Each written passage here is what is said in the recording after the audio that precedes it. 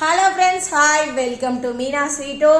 எல்லாரும் எப்படி இருக்கீங்க? நல்லா இருக்கீங்களா? ஹாப்பி கிறிஸ்மஸ் எல்லாருக்கும்.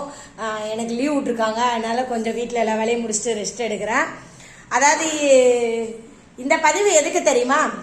முக்கியமாக அதாவது மழை பெஞ்சுக்கிட்டே இருக்கு. இப்போ மழை பெய்யும் போது என்ன ஆகுது தெரியுமா? நாம் டூ வீலர்காரங்களை நம்ம ஸ்லோவாக வண்டி ஓட்டுவோம்.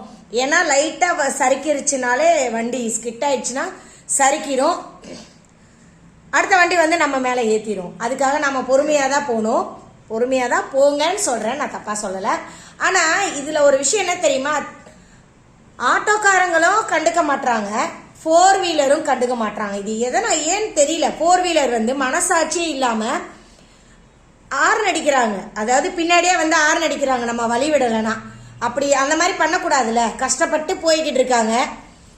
நாம் மலையில் கஷ்டப்பட்டு டூ வீலர் ஓட்டுறதே பெரிய விஷயம். கார் கூட ஓட்டிடலாம், ஏன்னா உள்ளே இருக்காங்க, நனையாமல் ஓட்டுவாங்க, ஓட்டிடலாம்.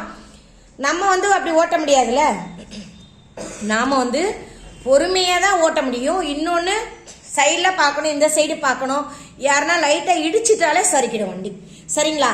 அதனால் தயவு செஞ்சு ஃபோர் வீலர்காரங்க, ஆட்டோக்காரங்க, வேன்காரங்க, அதே மாதிரி பஸ்காரெலாம் மேலே ஹைட்டில் இருக்கிறதுனால கீழே இருக்கிறவங்க தெரிய மாட்டேங்குது. இன்னைக்கெல்லாம் கரெக்டாக ஒரு பஸ் அப்படியே கிராஸ் ஆயிடுச்சு என் பக்கத்தில். அப்படியே கிராஸ் ஆகி அந்த செவரோடு அணைச்சிருந்தான்னா மீனை அப்படியே வண்டியோட சக்கே ஆகிட்டு இருப்பேன், சரிங்களா? அதனால் பஸ்காரங்க, பெரிய பெரிய வண்டி ஓட்டுறவங்களாம் கொஞ்சம் தயவு செஞ்சு பார்த்து ஓட்டுங்க. பாவம் இல்லை, உயிர் ரொம்ப ரொம்ப பெரிய விஷயம். உயிர் போனால் திரும்ப வராது. நாம் நினைக்கிறோம் உயிர் அது ஆக்சிடெண்ட் ஆகும்போது ஒரேதான் போயிட்டா தப்பு கிடையாது. நம்ம அதை பற்றி ஃபீல் பண்ண போகிறதில்ல. நம்ம ஏதோ கையோ காலோ உடஞ்சி போனால் யார் பாப்பா சொல்லுங்க? நம்ம நல்லா இருக்கும்போதே பார்க்க யாருமே இல்லைங்கும்போது நம்ம கையை காலை உடச்சிட்டு ஏன் கிடக்கணும்? அதனால் தயவு செஞ்சு எல்லாரும் வண்டி பொறுமையாக ஓட்டுங்க.